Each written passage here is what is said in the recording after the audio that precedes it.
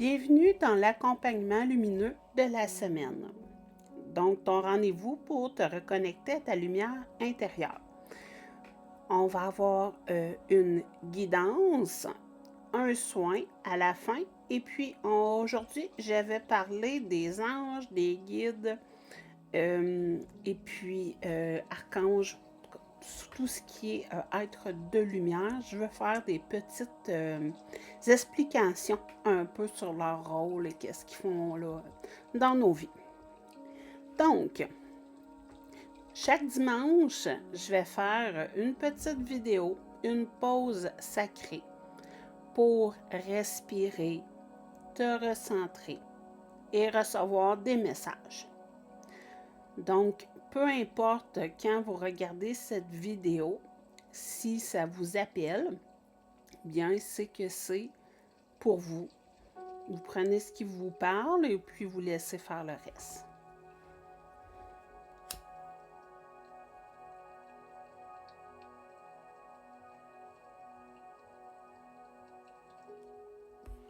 J'ai allumé mon petit bâton de Palo Santo avec l'intention de purifier vos énergies et les miennes et le bureau en même temps aussi.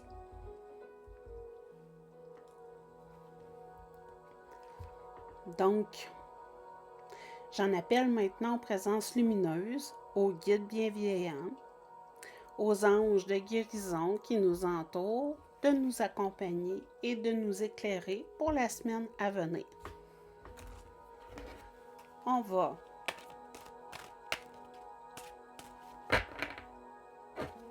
prendre une carte.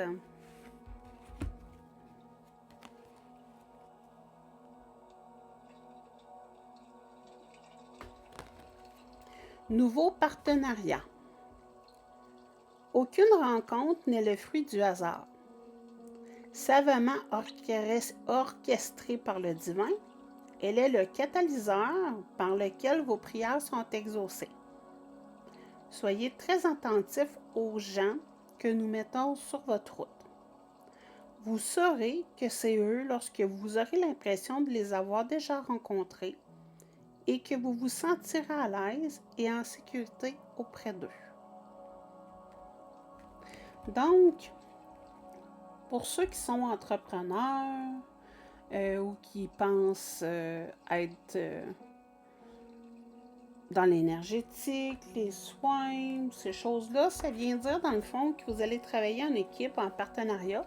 Ça peut s'appliquer à moi aussi. Donc, le message est autant pour moi que pour vous. C'est un message que je canalise pour général, mais moi, ça me parle personnellement aussi. Donc, soyez pas surpris. C'est pour tout le monde. Donc, ceux qui sont en affaires vont probablement se faire offrir des partenariats, des services, en tout cas, se mettre en équipe pour avancer. Je vais aller voir dans le petit livret qu'est-ce qu'ils disent de plus par rapport à cette carte-là.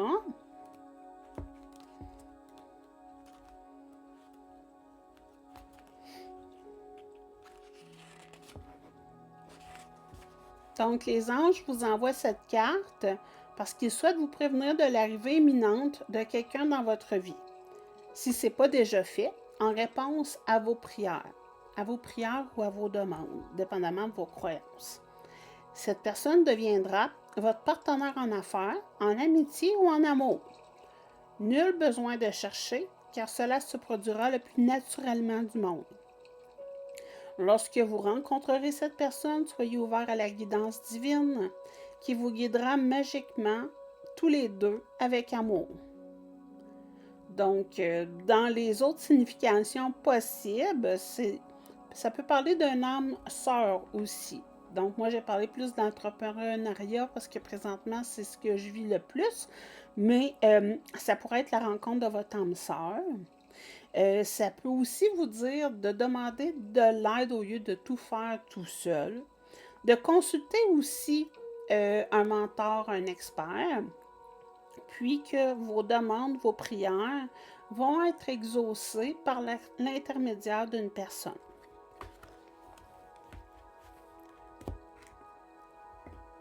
Donc, ça, c'est la petite guidance de la semaine.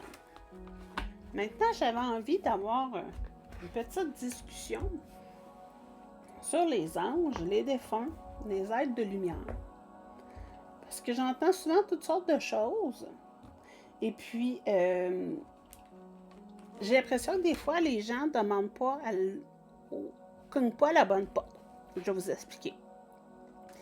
J'ai souvent entendu les gens dire « Ah, mon grand-père est décédé, donc maintenant, c'est mon ange gardien. » Un tel, il m'accompagne, c'est mon ange. Là, il faut savoir quelque chose. Au niveau des anges, un ange, techniquement, il ne s'est jamais incarné. Donc, quand vous dites « Grand-papa, c'est mon ange gardien », non. Malheureusement, c'est pas le cas. Est-ce que ça peut être un guide? Oui. Mais est-ce que c'est un ange gardien? Non. Votre ange gardien, vous l'avez depuis que vous êtes incarné sur Terre. On peut avoir plusieurs anges gardiens, plusieurs guides. Les défunts, bien entendu, ça, c'est la famille qui est décédée. Il faut faire la distinction. Puis il faut savoir à qui demander. Donc, par exemple, puis on l'a tout fait, moi aussi, demander à un défunt un coup de main pour, par exemple, trouver un emploi. Et ce qu'on ignore la plupart du temps quand on demande quelque chose qui n'a comme pas vraiment de sens avec la vie de votre défunt, c'est que vous passez par personne interposée. Ça veut dire que votre défunt doit se retourner, se revirer de bord en bon québécois, et aller demander soit de l'aide aux anges, à votre ange gardien ou à votre guide conseil. Donc, ce que je dis souvent à la farce, oui, les défunts peuvent vous aider, mais si vous êtes à Montréal, perdu dans le trafic, par exemple, puis que vous demandez à votre grand-mère de retrouver son chemin, de retrouver votre chemin, puis qu'elle n'a jamais conduit sa vie, elle n'a jamais été à Montréal, ben vous ne demandez pas à la bonne personne. Mais si, par exemple, vous demandez à mon oncle qui était truckeur, camionneur, puis qui a fait plusieurs villes, lui, il a plus de chances de pouvoir vous aider. Donc, c'est pour ça que je dis, faites attention à ce que vous demandez. Même chose, je vais prendre l'exemple que je donne souvent de grand-maman. Grand-maman faisait une tarte aux pommes qui était délicieuse. Vous êtes dans la cuisine, vous décidez de prendre sa recette pour faire la fameuse tarte aux pommes, puis vous lui demandez, grand-maman, là je suis en train de cuisiner ta tarte aux pommes, puis j'aimerais ça que tu m'aides. Ça, elle peut vous souffler à l'oreille, elle peut vous aider, elle peut jouer sur votre intuition, mais plus de ci, moi moins de ça, moi je la faisais comme ça. Si vous êtes sensible, puis même si vous n'arrivez pas à entendre vraiment ce que les défunts vous disent, parce que c'est pas tout le monde qui a les mêmes capacités, elle peut quand même souffler à votre intuition comment faire la fameuse tarte. Fait que ça fonctionne. Mais quand il s'agit d'avoir des coups de main plus particuliers, si on ne s'adresse pas à la bonne personne, ben on est un peu par personne interposée. Puis, pour ce qui est des demandes en tant que telles, il faut savoir que les anges gardiens ou les anges en général ne peuvent pas intervenir dans notre vie sans notre permission. Ce que je veux dire, c'est qu'ils respectent votre libre arbitre. Donc, le seul temps aussi que votre ange gardien va intervenir sans une demande expresse de votre part, c'est pour une question de vie ou de mort. Là, il peut intervenir. Mais sinon, il doit attendre votre demande. Donc, si vous ne demandez pas, ils n'interviendront pas. Puis là, des fois, les gens sont surpris de ce que je dis là. Je vais vous donner un petit test à faire. Vous allez voir, ça fonctionne normalement très bien, mais le truc, c'est de lâcher prise.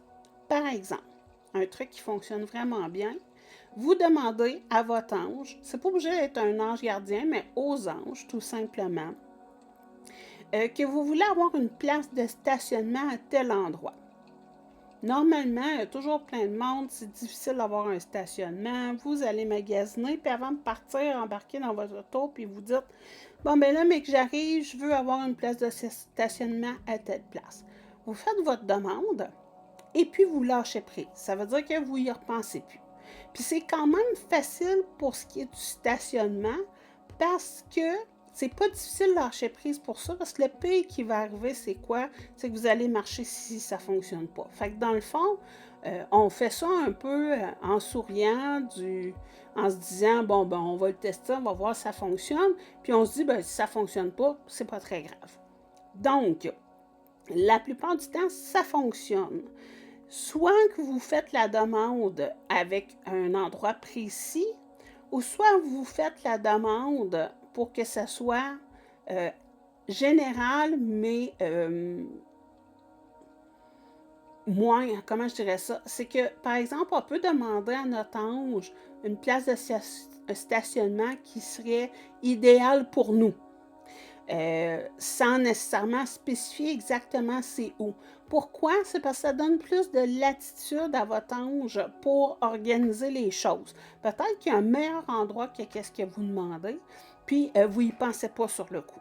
C'est pour ça que je dis, il faut faire attention à ce qu'on demande, puis comment on le demande, mais vraiment le plus grand truc, c'est de lâcher prise. Et c'est pas facile quand on vient dans des sphères de vie où c'est que c'est plus émotif, où ça vient plus nous chercher. Comme, par exemple, un nouvel emploi. Vous êtes à la recherche d'un nouvel emploi, puis il y a certaines personnes qui vont faire des demandes très, très, très spécifiques. C'est correct de le faire, sauf que sachez que plus vous êtes spécifique dans votre demande, plus ça peut être difficile pour votre ange gardien d'y accéder. Donc, souvent, c'est plus facile de dire moi, je veux un emploi, mais sans dire nécessairement quoi, mais que vous cherchez plus des qualités de l'employeur. Je veux être bien, je veux avoir conciliation travail-famille. Vous voyez, juste plus général, puis vous laissez votre ange gardien faire le travail pour vous trouver le meilleur emploi pour vous. Mais c'est sûr que si vous dites, moi, je veux avoir un emploi dans telle municipalité, avec tel employeur, avec tel salaire, avec tel... Plus vous mettez de contraintes, plus c'est difficile pour votre ange gardien. Et puis, en plus, vous pouvez bloquer quelque chose qui aurait peut-être été mieux pour vous. Donc, c'est mieux de faire une demande tout simplement en disant je veux me trouver un emploi où je vais être bien, reconnu. Vous mettez ce que vous avez envie qu'on reconnaisse chez vous, puis vous laissez aller. Puis là, c'est la partie laisser aller qui est difficile. Avoir confiance en l'univers. Puis là, je donne l'exemple de l'emploi, mais ça pourrait être l'exemple de l'amour, de l'argent. Ça revient à toute la même chose. Plus vous êtes spécifique, puis moins c'est facile pour votre ange d'exaucer votre demande. Donc, moi, j'essaie toujours de faire des demandes pour mon plus grand bien, tout simplement. Ça ne veut pas dire cependant de faire la demande et de ne rien faire. Je vais donner l'exemple justement de l'amour. Je tire les cartes, je fais des guidances. Certaines personnes vont être à la recherche de leur âme sœur depuis longtemps. Souvent, ces personnes-là, soit qui ne sont pas disponibles, mais d'autres personnes où ils veulent rencontrer, ils font des demandes, mais après ça, ils s'assisent sur leurs fesses et font rien. Je vais vous donner des exemples. Vous voulez partager votre vie avec quelqu'un, vous voulez rencontrer. Vous faites vos demandes, je veux telle personne avec telle qualité, etc. Mais quand on vous invite à sortir, vous dites non. Quand des amis vous invitent au restaurant, vous dites non. quand vous êtes pour une activité, vous décidez de ne pas y aller.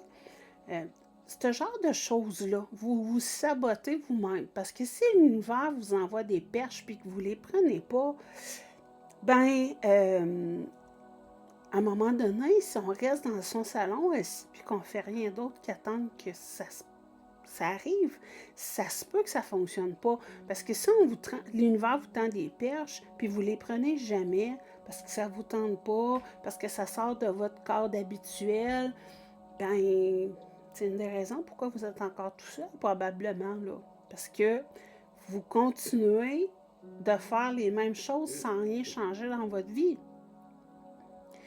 Ou la personne est réaliste qui s'imagine qu'elle va trouver... c'est pas un amoureux ou une amoureuse qu'elle cherche. Elle cherche plus une liste d'épicerie avec un salaire, puis des conditions de vie, etc. Puis c'est pas l'amour qui l'incite à trouver quelqu'un, mais plus le type de vie qu'elle va avoir. Ben, ça se peut que votre ange gardien ne vous l'envoie pas, cette personne-là. Parce que c'est peut-être pas pour votre plus grand bien. Donc, oui, faire des demandes, mais aussi il faut agir. Pareil comme en emploi, on cherche un travail, on le mentionne qu'on cherche un travail. Maintenant, avec Internet, on le dit sur nos réseaux sociaux qu'on est en recherche. On envoie des CV pareils.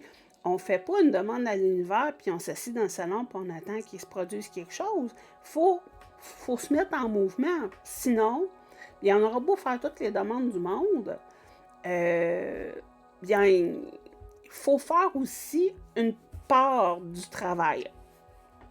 Sauf que cette part de travail-là, normalement, quand on fait la demande à notre ange, elle va être inspirée par notre ange. C'est lui qui va nous dire, ben, peut-être que tu t'as envoyé ton CV là.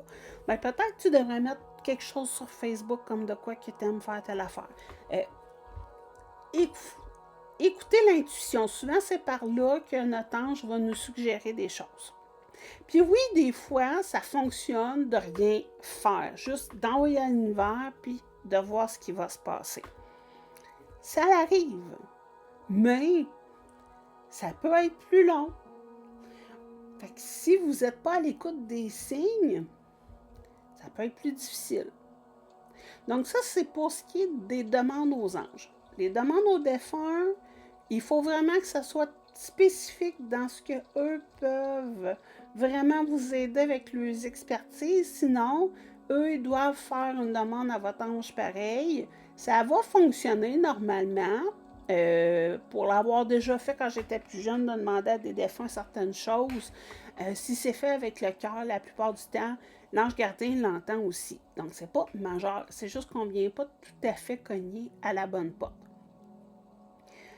Autre petite chose que je voulais parler, les gens me demandent souvent, c'est quoi le nom de mon ange gardien? C'est quoi le nom de mon guide? C'est quoi la différence entre les deux? Bon, premièrement, au niveau des noms, que ce soit votre guide ou votre ange gardien ou les anges en général, je suis de celles qui croient qu'ils ont le nom que vous voulez bien leur donner.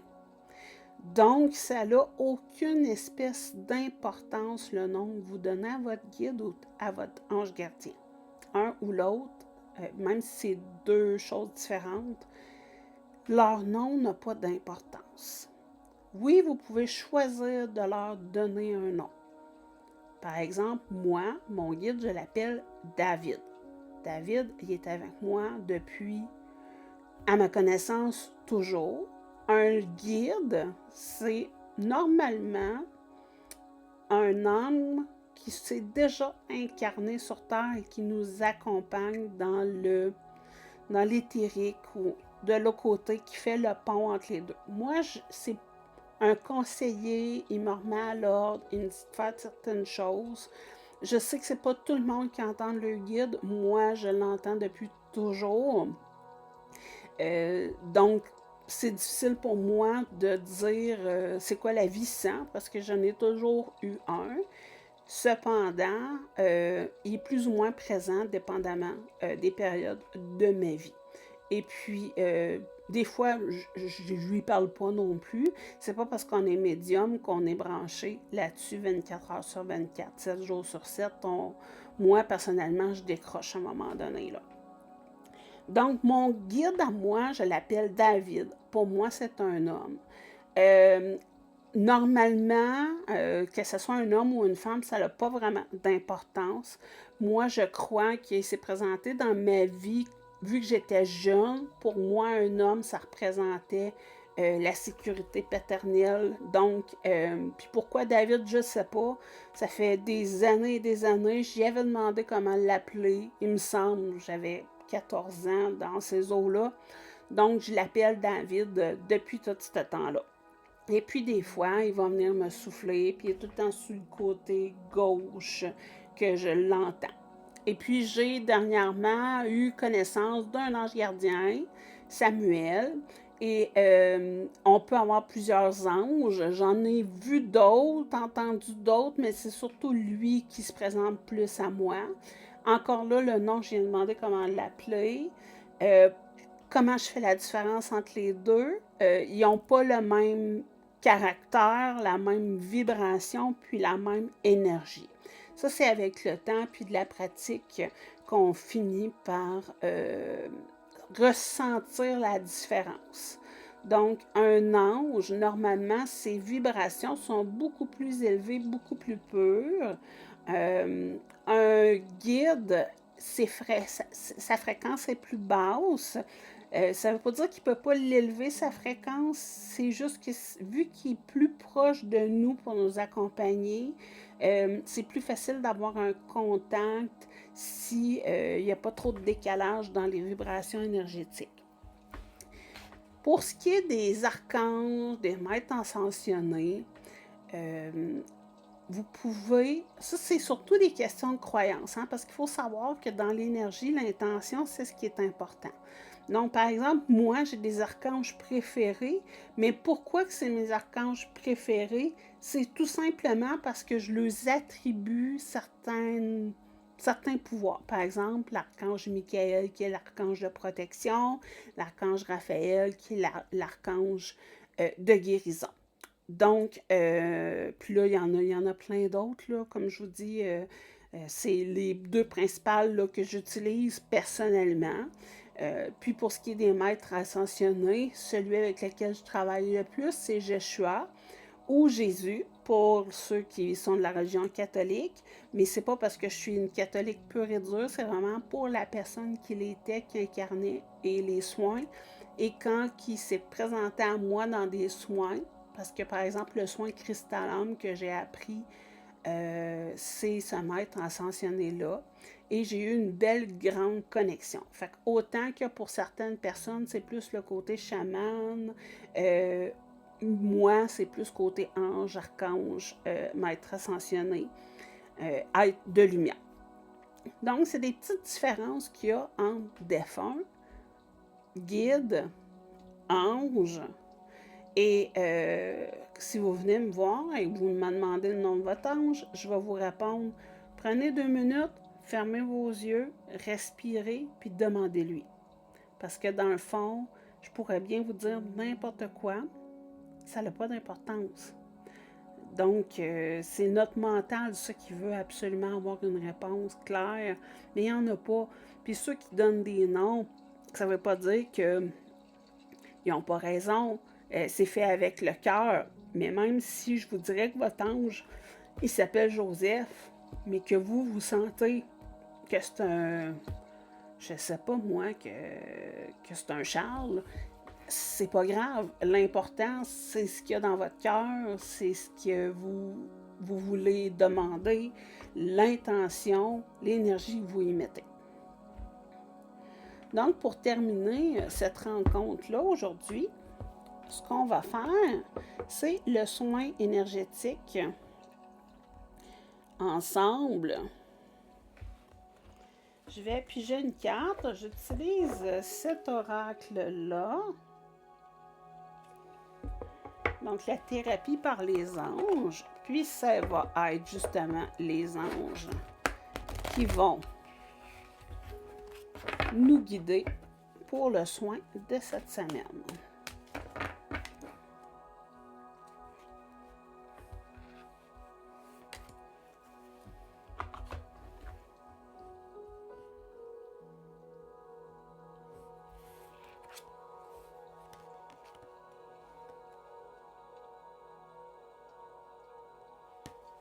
Donc, on a la carte aujourd'hui déesse. Exprimez votre énergie féminine divine et accueillez son intuition magique et ses qualités de bienveillance.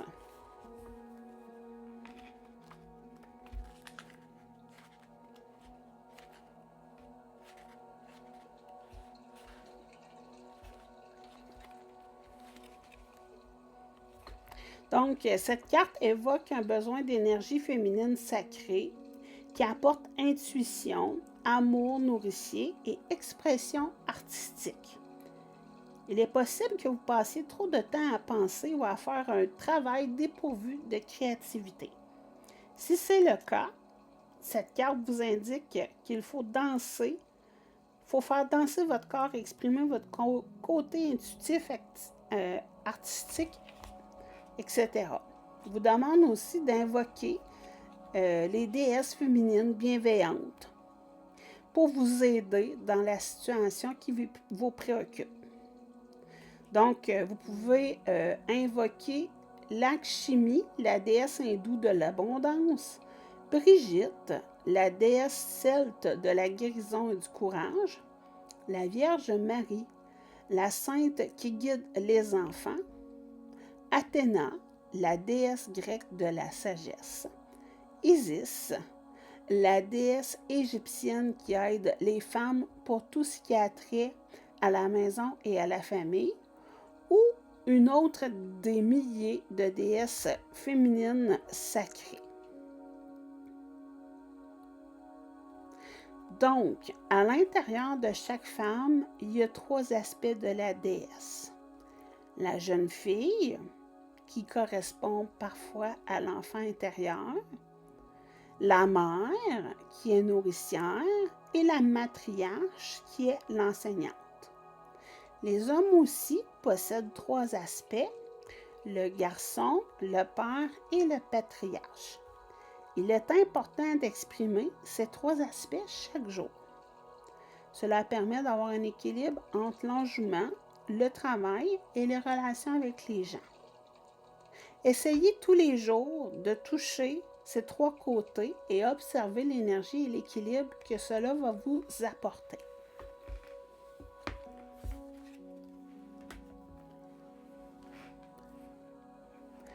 Donc, maintenant qu'on a lu leur message, on va faire un petit soin. Donc, je vous demande de fermer les yeux, de respirer.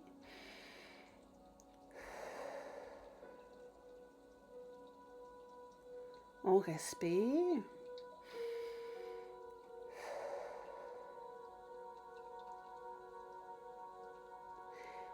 Et une dernière fois.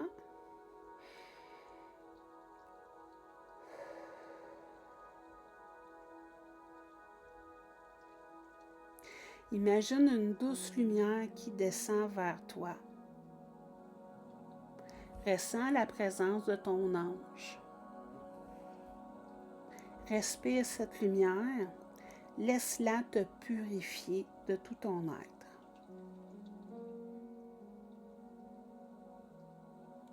Accueille la vibration.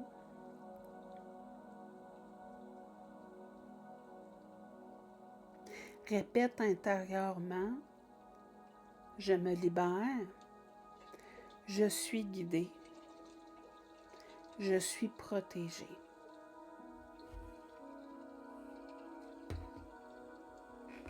Je t'envoie maintenant cette énergie de guérison pour ton plus grand bien. Laisse-la se diffuser dans chaque cellule, chaque pensée, chaque émotion.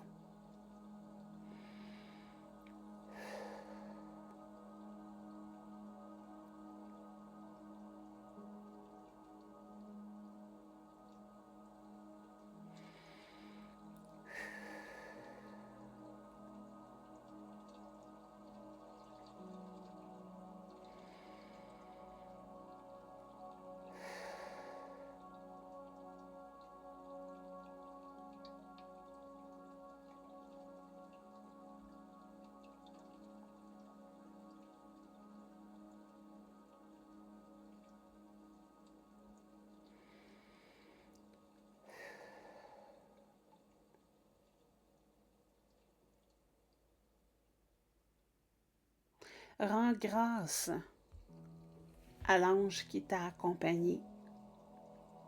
Reviens doucement dans ton corps, à ton souffle, et ressens que tu n'es plus la même personne qu'il y a quelques instants.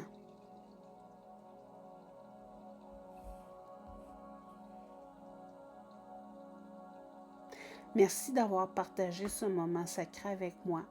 Que les messages reçus résonnent en toi, dans ton âme, où ce que tu en as le plus besoin.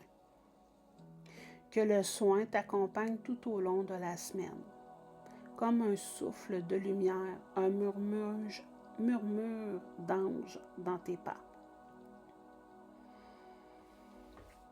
Je t'envoie de la paix, de la clarté, de la douceur, de la protection. Je t'invite à revenir ici tous les dimanches pour te retrouver et te reconnecter. D'ici là, prends soin de ton cœur, de ton corps, de ton énergie et souviens-toi, la lumière ne t'a jamais quitté.